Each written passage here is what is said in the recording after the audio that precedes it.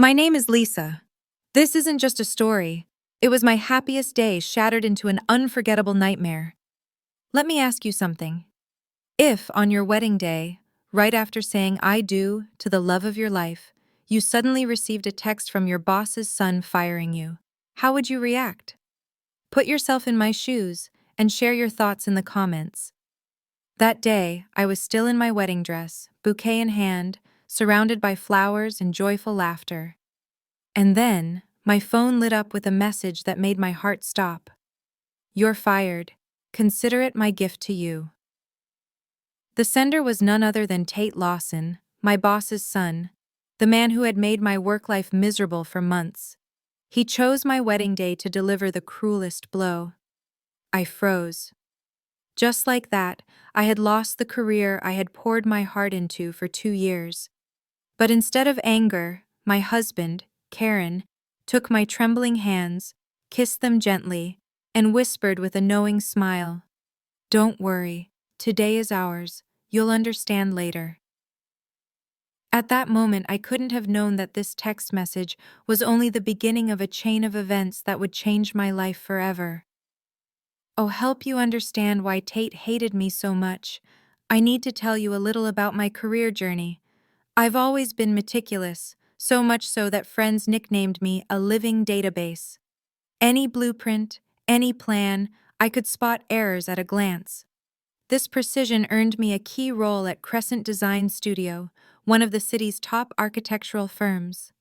In just 2 years, I poured my heart into building an entirely new project management system, a program I personally designed that tracked every blueprint version, every tiny adjustment, every budget allocation, and permit. Thanks to this, the company's productivity skyrocketed, project completion time dropped by 30%, and clients were happier than ever. My boss, Gregory Lawson, often said, "Lisa, you're the best investment I've ever made." But everything changed overnight. When Gregory announced his semi-retirement, he appointed his son, Tate Lawson, as department director. And from that moment, my life at Crescent turned into a nightmare. Tate inherited his father's confident looks, but none of his talent or business sense. He excluded me from meetings, stole my ideas, and canceled the training sessions I had prepared. Everything I had built, he dismissed as unnecessary and wasteful. Day by day, it became painfully clear, Tate didn't just want to erase my work, he wanted to erase me. And that firing text on my wedding day was the cruel punctuation mark he chose to end it all. The wedding reception continued with music and laughter, but inside me, a storm was raging.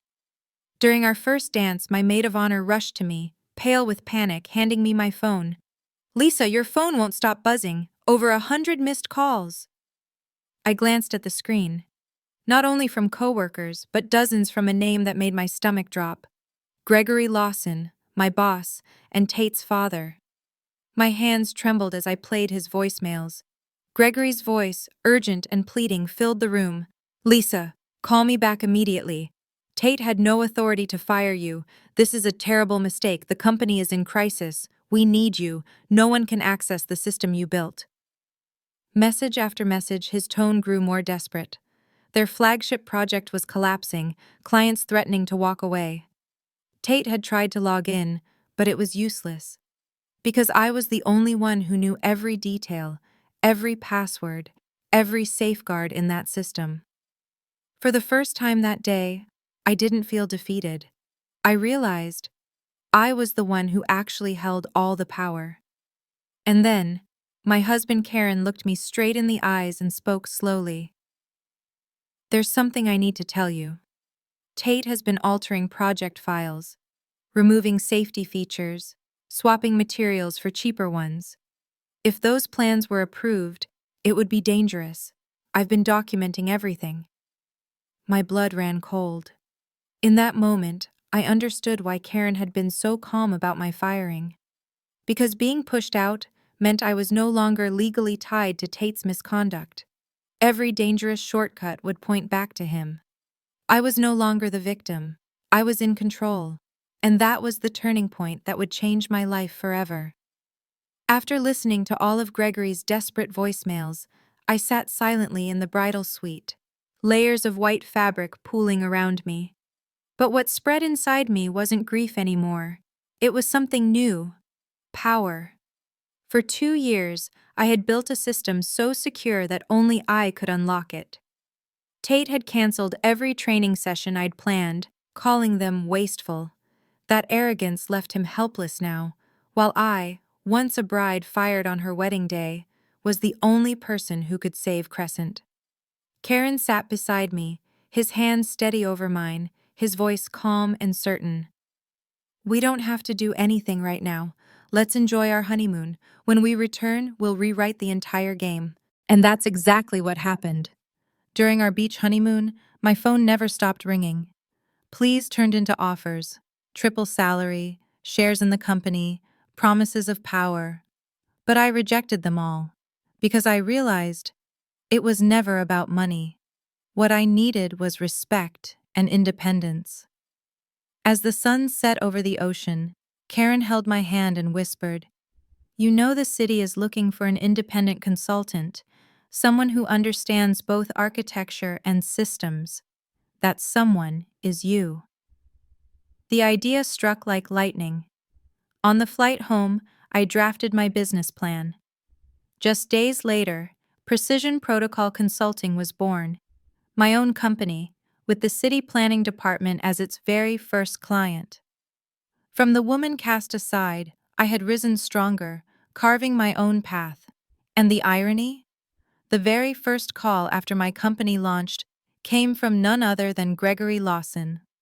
After our honeymoon, I officially stepped into my new role as an independent consultant.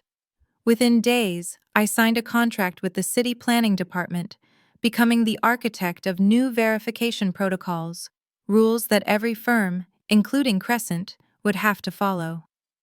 The calls from Gregory never stopped. His tone grew more desperate. First, he offered triple my salary, then partial ownership of Crescent itself.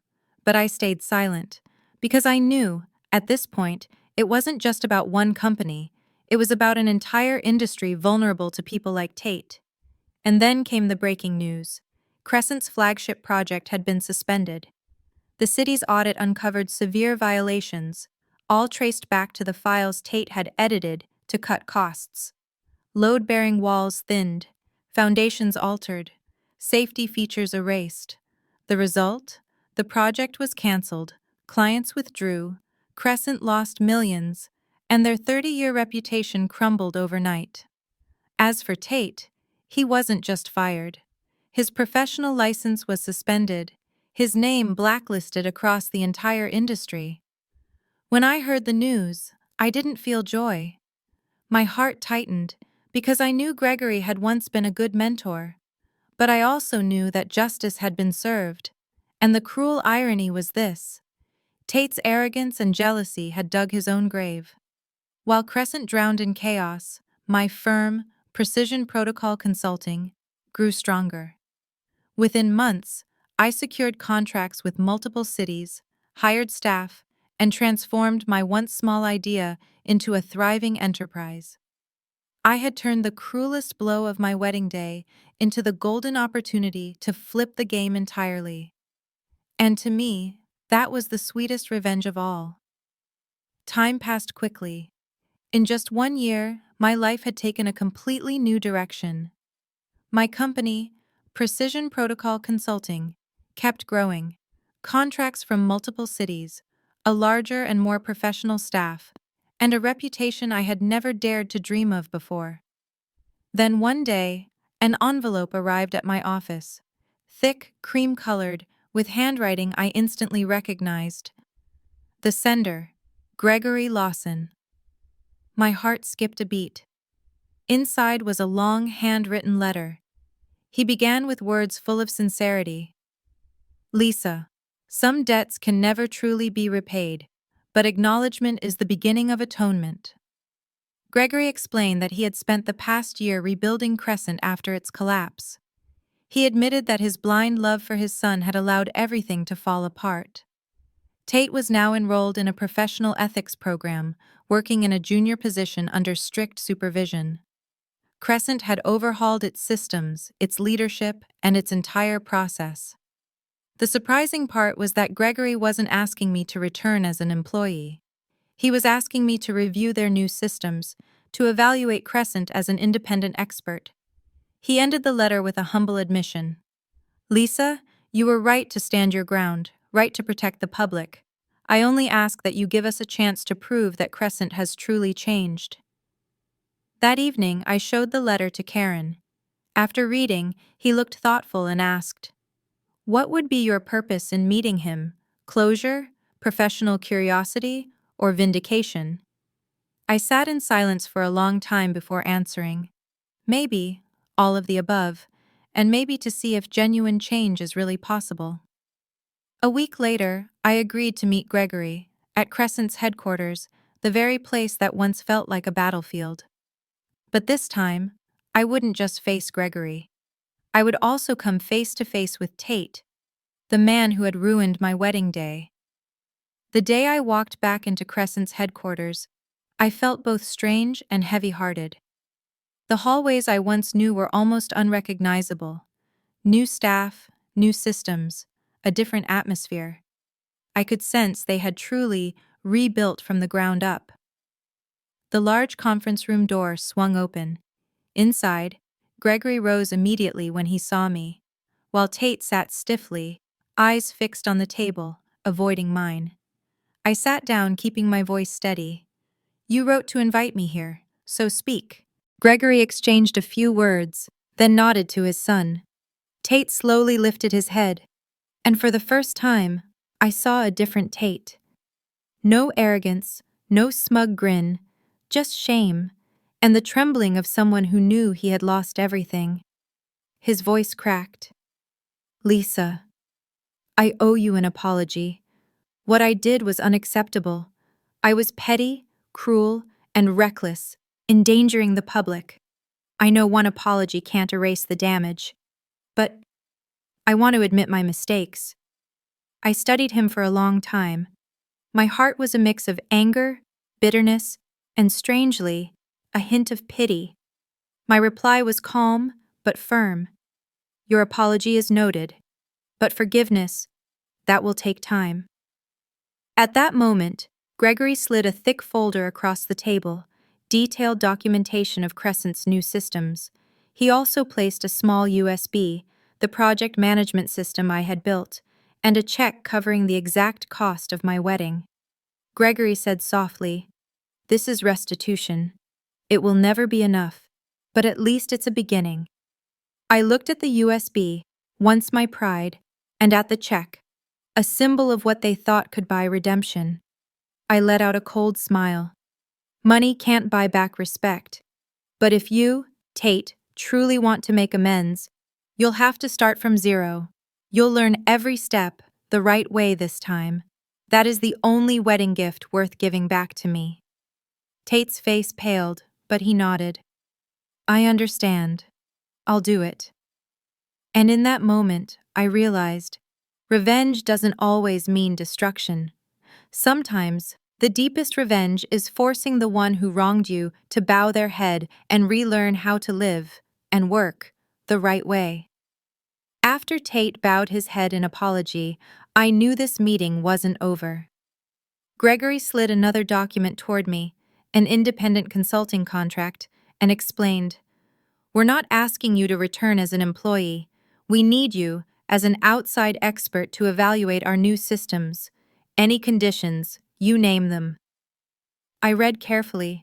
I had to admit, Crescent had changed. Their new protocols were more rigorous and transparent, but I also knew true change required uncompromising oversight. Pushing the folder back, I looked Gregory in the eye. "If I cooperate, there will be 3 conditions. First, my consulting fee will be triple your original offer, paid up front. Second, my team will have full, unrestricted access to all data, no secrets. And third," I turned my gaze toward Tate, "you will complete every training module I design, from the most basic to the most complex. Not a single step skipped." Tate's face paled slightly, but he nodded. I understand. I'll do it. Gregory quickly agreed as well. Consider it done. I stood, gathering the papers, my voice calm but firm. Then we may proceed. But remember, this isn't my return to Crescent. This is an alliance, built only on absolute respect and transparency. Break that, and everything collapses again. As I walked out of the conference room, a quiet smile touched my lips. I was no longer the disregarded employee. I was the one setting the rules of the game. And from now on, Crescent would walk the path I designed. Once the contract was signed, I launched a training program designed specifically for Tate. Each module was carefully crafted, starting from the very basics he had once dismissed: how to properly read blueprints, how to double-check technical specifications, and even lessons on professional ethics. Every morning, Tate received a new assignment. Every evening, he was tested. If he failed, he repeated the module, no exceptions. At first, I expected defiance, anger, the old arrogance, but instead, he quietly complied.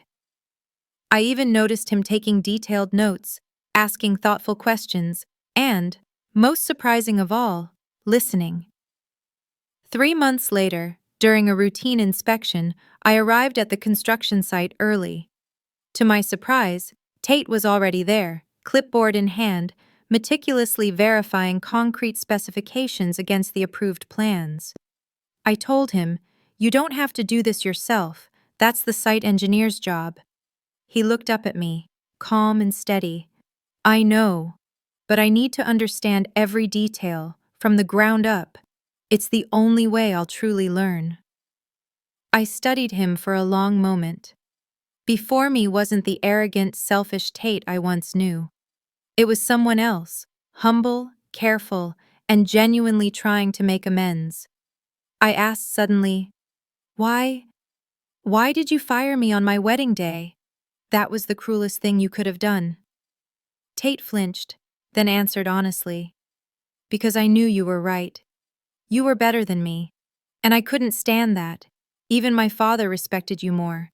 I wanted to hurt you, to feel powerful. But instead of winning, I destroyed everything. It was the biggest mistake of my life." I stayed silent, emotions swirling. Then I replied slowly, "You can't change the past. But if you truly want, you can change the future. I could be a mentor, but only if you earn it." And in Tate's eyes, for the first time, I saw something new, not hostility, but genuine determination. 6 months later, the downtown project jointly managed by Crescent and my firm was progressing smoothly. Everything was on track, and initial results had been positive. But there was one major challenge Tate still had to face: a community presentation. This event carried enormous pressure. Local residents, people who had seen countless broken promises and failed projects, gathered to hear the update.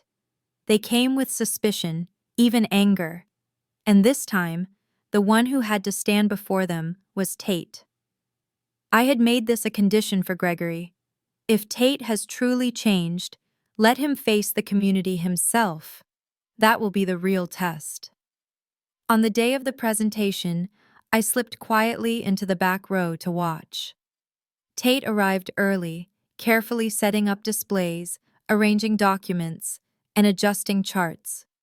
When he stepped to the podium, his face was tense, but there was no arrogance, only sincerity. He began with something no one expected. "Good evening, everyone. My name is Tate Lawson. Many of you may remember when this project stalled. I must admit, the fault was largely mine. I cut corners, I made mistakes, and I broke your trust.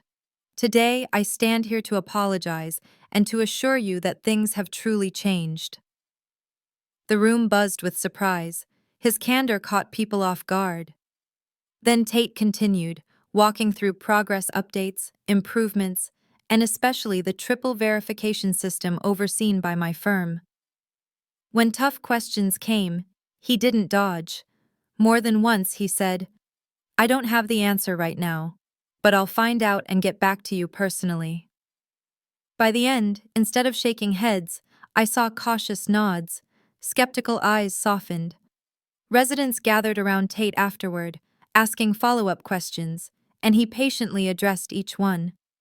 I slipped out quietly, but inside, I felt lighter. Because that day, Tate proved he was truly changing. And I, once his victim, had now become a witness to his transformation. As the downtown project stayed on schedule, the reputation of this new partnership between Crescent and my firm spread throughout the industry. The press called it a new model of architectural accountability, combining creative design with uncompromising safety oversight. Meanwhile, Tate steadily proved his transformation. The man who once ruined my wedding day now patiently studied, refusing to cut corners. He organized training sessions he once sabotaged, and even volunteered to review files himself to ensure compliance. One day, as I stood on a high floor watching cranes swing and workers bustling below, Karen squeezed my hand and asked, "Are you satisfied with how things turned out? You once dreamed of revenge. What about now?" I smiled softly, watching the site come alive with machinery and progress. I'm satisfied, not because they suffered, but because real change happened. Crescent is different now. The buildings are safer. The community will benefit. And Tate, at the very least, he's trying to become the man his position requires. Karen smiled back, tightening his grip. You see, sometimes revenge isn't about destruction, it's about reconstruction, on your terms. And I realized, true power doesn't lie in making others fall. It lies in having the power to destroy, but choosing to rebuild instead. I hadn't just taken revenge on Tate. I had risen above, set new standards, and built something that would last far beyond us. At that moment, I finally understood. The sweetest revenge isn't watching your enemy collapse. It's standing so far above that they have no choice but to look up at you. 1 year after that fateful wedding day, I, once a bride fired in the happiest moment of her life, had become the founder of a thriving company, a key partner in the industry, and above all, the one setting new standards for transparency and safety. Looking back, I no longer feel bitterness. Because that fall pushed me onto a path I might never have taken otherwise. I didn't just take revenge on Tate or Crescent. I took revenge for myself, by rising stronger, smarter, and most importantly, freer. And now, I want to leave you with a question. If one day you were betrayed, humiliated, or pushed to the edge, would you choose to take revenge through destruction, or through rebuilding and rising higher? Share your thoughts in the comments below. I truly want to know, if you were in my shoes, which path would you choose? Thank you for staying with me until the very end of this story. Don't forget to like, subscribe, and hit the notification bell so you won't miss future stories, where together we'll explore, learn, and discover the strength hidden in life's hardest trials.